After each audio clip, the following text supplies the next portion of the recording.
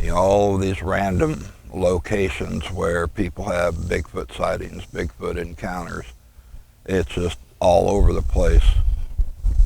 You know, for a lot of years they assumed you had to be miles deep back into a remote wilderness, and we've discovered that that's just not the fact anymore. No.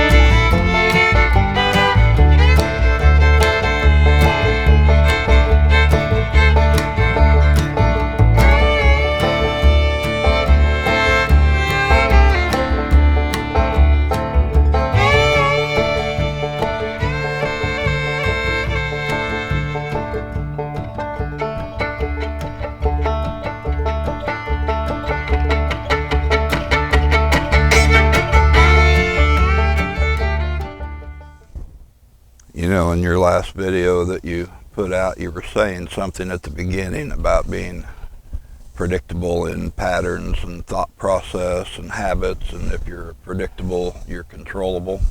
Yeah. Well, I know you were talking about something different than where my mind went to, but it got me thinking. You know, all of these random locations where people have Bigfoot sightings, Bigfoot encounters. It's just all over the place. You know, for a lot of years they assumed you had to be miles deep back into a remote wilderness, and we've discovered that that's just not the fact anymore. No. They won't be far from trails or campsites.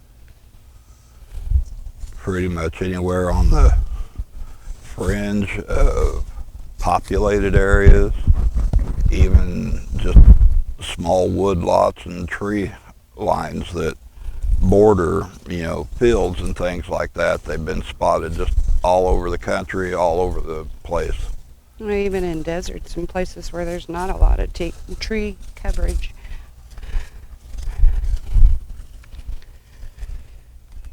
I feel like the frequency of what we are experiencing by way of these encounters, whether it's with the people or other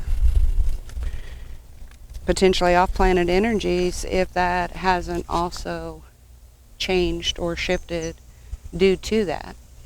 It's just a thought, but... And, you know, we've shown this before, and it is the sightings map. You know, a lot of people are familiar with it, and it shows, you know, specific corridors and regions where there's huge amounts of activity, and then it kind of strings on off into minimal. but you take the same maps of the geological surveys for high mineralization content and lay it over the top of that, and they almost match identically. Mm-hmm. And there's a lot to be said about that aspect of it. What they're utilizing, the minerals, whether it's the silicates, whether it's different actual precious stone minerals, or the gold or the coppers, or whichever it is. Mm-hmm. You know, there's a correlation between that. And the other correlation that we've found is between particularly the people and nuclear power plants. Anku had mentioned that they were nuclear in their energy. You know, they were dependent on the sun, the energy of the sun. Yes, they operate often at night, but most stellar or off-planet energies do for a number of reasons, one of which is, of course, remaining inconspicuous or being able to work with an alternate light spectrum that, you know, might not disclose them as easily. And I'm sure there are many, many factors in that. Well, let's leave the little bit of stuff we brought out here today up at this gifting spot. Okay. You want to pan around, I'll go gift.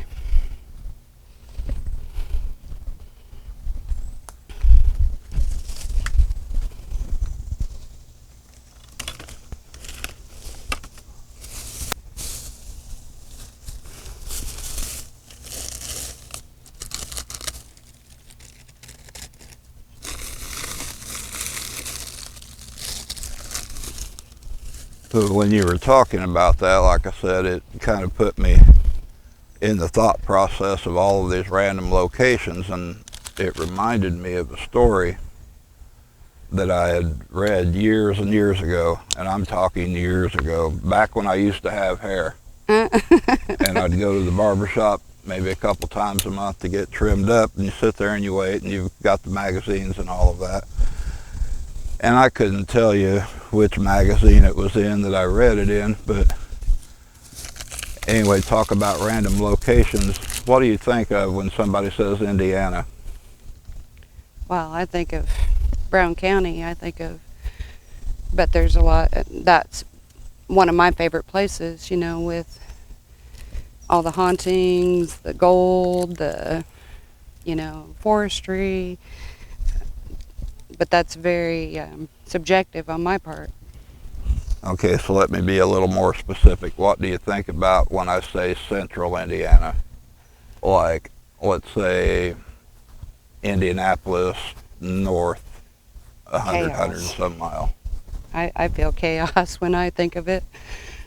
Corn, I mean, that's what you get. Lot. Corn, what do you got? You got corn, and you got some corn.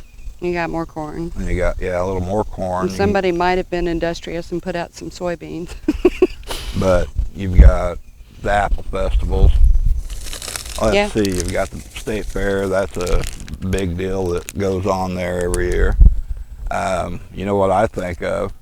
I think of those gigantic breaded tenderloins. Another thing I think of when you say Indiana is the sugar cream pies. Very good.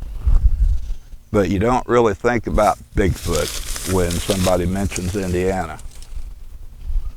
No. But they're there. But they're there.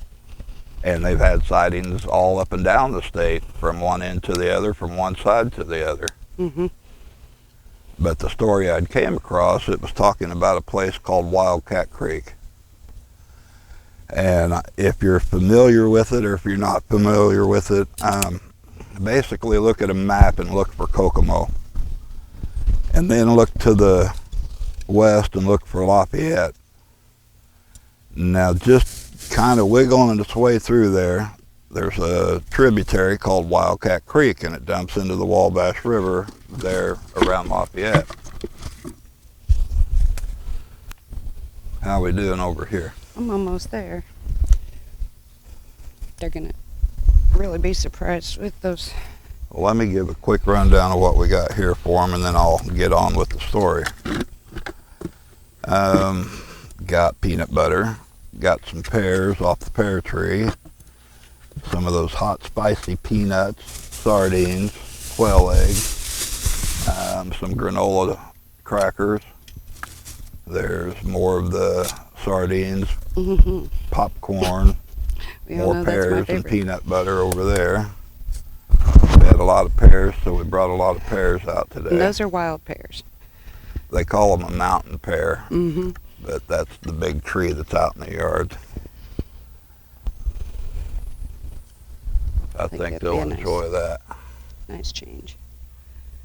Felt like somebody was requesting the quail eggs because it just kind of Yeah, popped in my should have head. brought more. Yeah, we will. All right, so back to Wildcat Creek. Let me think. I looked at a map before we came out here so I could kind of remember. But there's a little town west of Kokomo and kind of northwest of this town called Rushville, whichever, however it's pronounced. Anyway, that Wildcat Creek runs up through that direction, and there were these three boys. Let's just call them Alan, Danny, and Dean, just for names. And they decided they wanted to go fishing, right? So you remember, this is 1979. They got the old banana seat bicycles with the high handlebars and, you know, the chopper poles out on back and all of that. Alan's 14 and the other two are 13. And they've got a canvas newspaper bag that Alan had got from his older brother from when he delivered newspapers. He's got that across the handlebars, and they've got their fishing stuff in it, and each one of them's carrying their fishing poles. And it's a 4.5 mile bike ride to where they're wanting to go, to where Danny's dad had taken them before to go fishing in the car.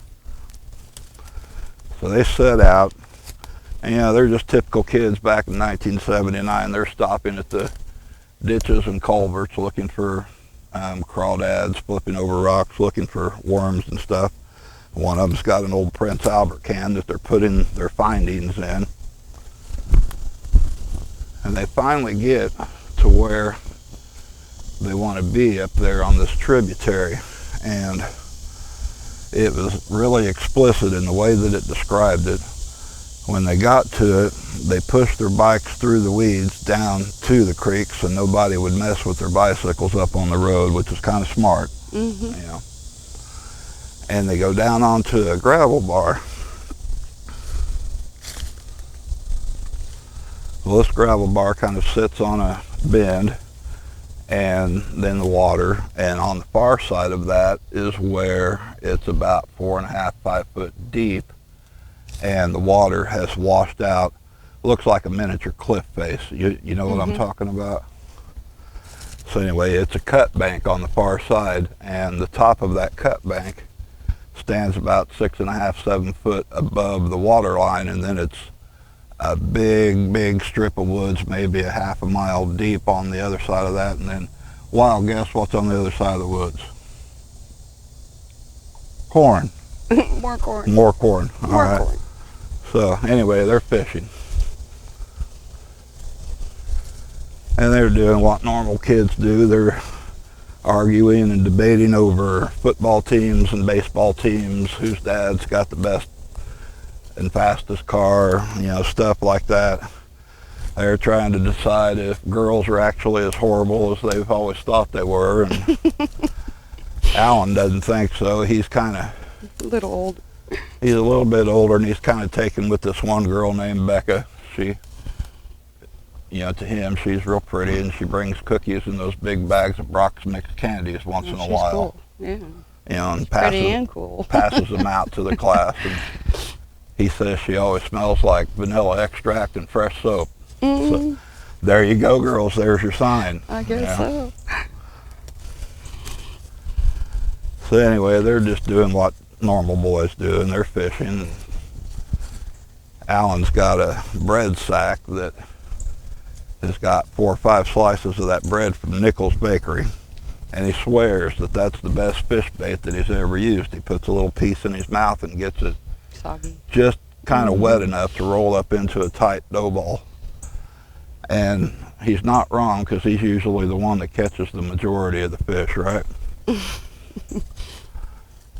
So they are there for three and a half hours. And at that time, they've caught a whole stringer full of these. I used to call them yellow bellies. They're a bullhead, little small catfish, kind of look like a miniature flathead. But they've caught those, and they've caught some rock bass and some sunfish and different bluegills and things. And they've got a whole stringer full of this going on. Well, it's getting close to where they need to start heading back, because it's going to take them a good 45 minutes on part gravel and part blacktop to ride their bikes, and with all the gear and everything to get back home. Well, Danny, in the meantime, feels a nature call. And he goes up into the tall grass about 25, 30 feet away from where everybody's at. Got his pants down around his ankles, and he's taking care of business. Well, Alan and Dean, they're putting the stuff back on the bicycles and in the bag. And Alan grabs that stringer up out of the water, and there's like 11 or 12 nice fish on it, right? So he hooks it onto the handlebar of the bicycle, and about that time, it sounds like an elephant coming through the woods. It snap, crash, crash, bang, boom, thump. And they look, and on the far side of the bank, on that cut bank, and the only thing they could describe it as, in 1979, you got to remember, there wasn't a lot of exposure to the information that we have now. But in their mind, it looked like a giant, dark-colored Chewbacca from Star Wars. This thing comes screaming through the woods and leaps the entire width of that creek onto the sandbar. So it's trying to grab the fish, the stringer full of fish. Dean takes off like a bat out of hell. Danny's petrified in fear down in the grass with his pants around his ankles. And the whole time, Alan has got the bicycle between him and this thing. And he's just spinning round and around and around, trying to keep distance between him and the bicycle and this thing. And finally, the thing grabs it. The bicycle rips the stringer of fish off, throws the bicycle clear across that creek, and it smashes into that cliff face. All the boys take off in hysteria. Dean's already halfway down the road. He's barefooting it going. He isn't waiting on anybody. But I thought that was kind of neat. The only thing they could relate it to was a giant dark-haired Chewbacca off of Star Wars. 1979, Wildcat Creek, somewhere between Kokomo and Lafayette, Indiana, out in the middle of nowhere. You know, at that time, that was still a pretty rural area. A lot of it's built up and grown up now, but back then, you know, there was still a lot of farm ground and a lot of empty spaces, a lot of tree lines and wood lots and fence rows that connected everything. Once you look down here at my feet, there's Lumpy. I guess he was enjoying the story. Bless him. He always shows up. But that's the last place you would expect to have something like that go on, right? Well, one would think.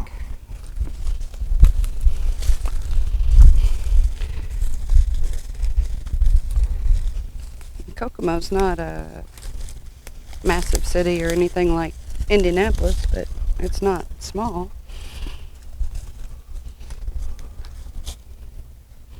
You almost stepped on them. Oh dear. We're catching the wild things at work. Oh my goodness. Sorry, babies. You stood straight up when you...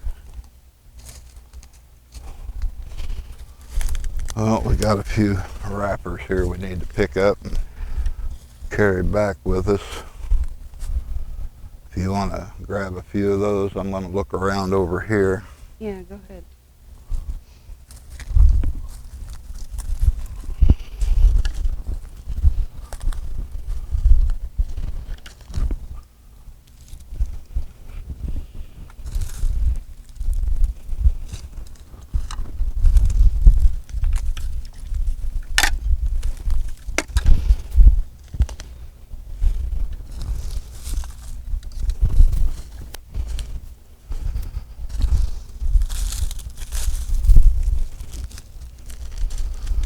And being out here talking like this, telling that story to all of you, you'd think, well, I'm just making way too much noise. But we found that their curiosity is just intense. And a lot of times they'll be up around playgrounds where groups of kids are making noise and giggling, or they'll be out around campers and their bonfires where they're kind of doing the same thing, and just talking and doing what they do, just watching.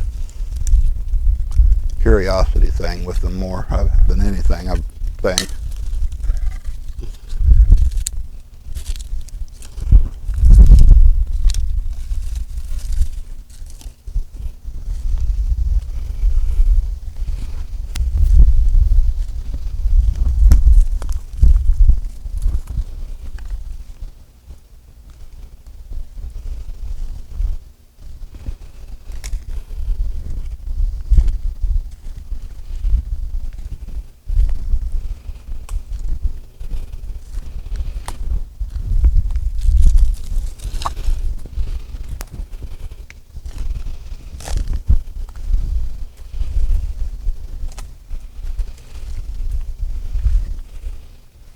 All good. Oh, good. Shooey. It's muggy. It's not as hot as it was, though. And the temperature's not as bad, but it's really humid. We weren't thinking about these skaters. Man-eaters. We've tried everything under the sun. Thermocells work pretty good. We've sprayed down with, Air freshener. Well, we've used all the regular stuff like deep woods off and cutters and all that mess, and it helps to a degree. After a while, too much of it almost makes us sick. I think it's the chemical. And today we just took air freshener and some of the laundry dryer sheets and rubbed down with it, and honestly it works just about as well as any of the rest of that does. But the mosquitoes are a little ferocious out here this afternoon. Yes. And I shouldn't have talked about that. Now my brain's locked on sugar cream pie. You know what else is really a little more common and amazing up in that region is Spanish cream pie. It's so good. I like it too much. I haven't met too many pies, cakes, cookies that I hate, so I have to just try to keep them. If we're trying to keep a distance from these mosquitoes, we shouldn't be down here in the creek bottom stomping around. Well, some things just have to be done. If I'm lucky, my little sweat droplets will smell like something they don't like fabric softener. Huh. Look at that, the arch right there. Mm-hmm. Now look back in the woods behind that, and you've got two more. You've got one coming down on the left and pinned into all those trees. Another small arch on the right. You look over here, and that looks like a thing that's been constructed. It's got a leaner pushed up against the big tree, but right there in front where those saplings are, It's broken, but it's broken. It's tied in and weaved in like a little, looks, in two-dimensional, looks like a drawing of a tabletop or something like that. Look at that one behind this arch.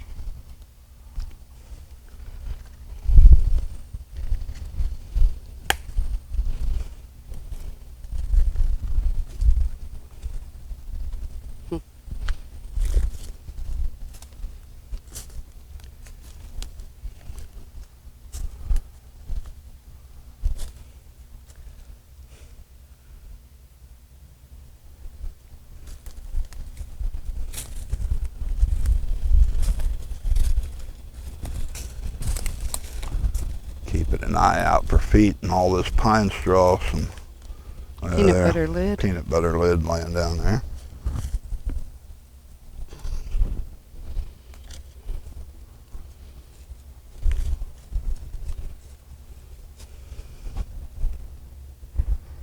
I don't know but I think we just hit the wide open door on the mosquito population because they're It's coming out in droves. also where this wetter part of the creek is.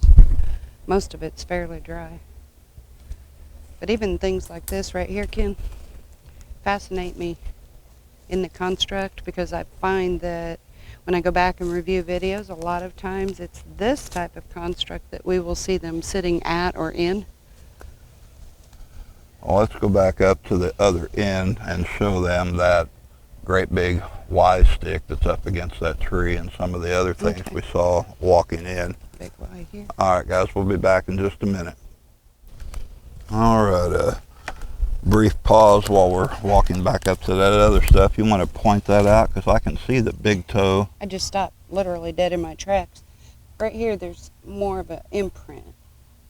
And there's the big toe. There's toe and toes and toes. And I don't know for sure. I don't think it goes I don't out that think far. it goes that far up and out, but it's possible. There's a deformation. But here's the heel. This is one of the young ones. All right, so let's get on to the next part. Yeah. All right, let's keep this short and sweet because the mosquitoes are coming out by the busloads. You want to walk up next to it for scale? Yeah.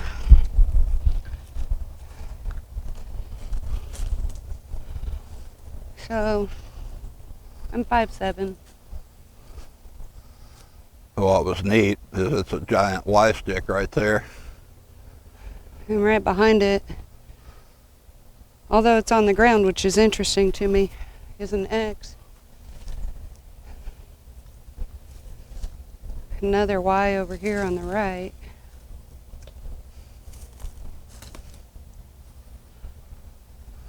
And all that tied in together up there. I know weather can do quite a bit, but I don't know why I notice these sticks. There's an X, but they're just lining this path. Seems like there would be more in the path. I'm looking down at your feet, looking for imprints anywhere. Of course, we had a little bit of rain the day before yesterday, so.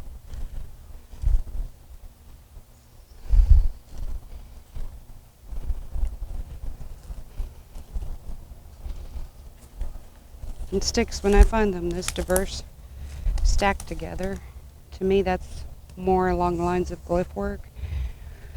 And when I see them stacked like that, it's almost a sense of a book or telling it's more than one specific message.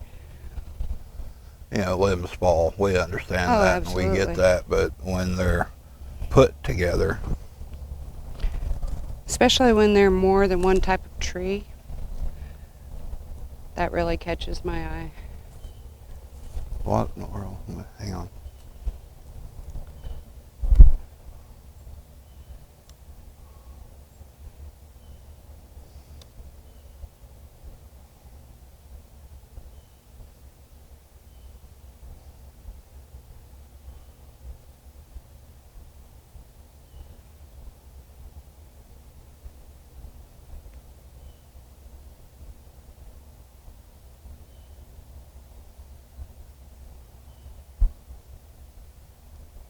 Not sure.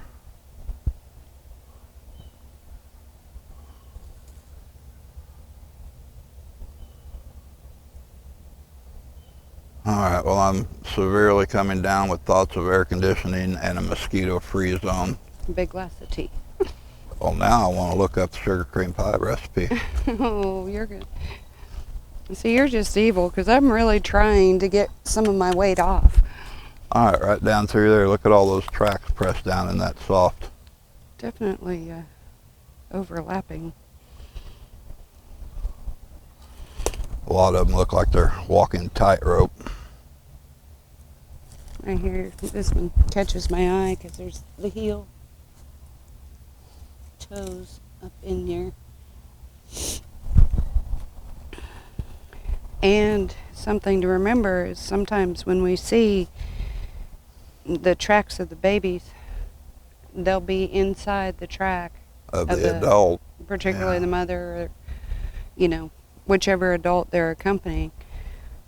And I think that's to intentionally create a diversion to the eye. All right, boys and girls, I appreciate everybody tagging along today. Definitely. And special thanks to everyone who's helped with the peanut butter and treat fund. We appreciate it more than you know. Thank you. And we will see you next time down the trail. Be safe.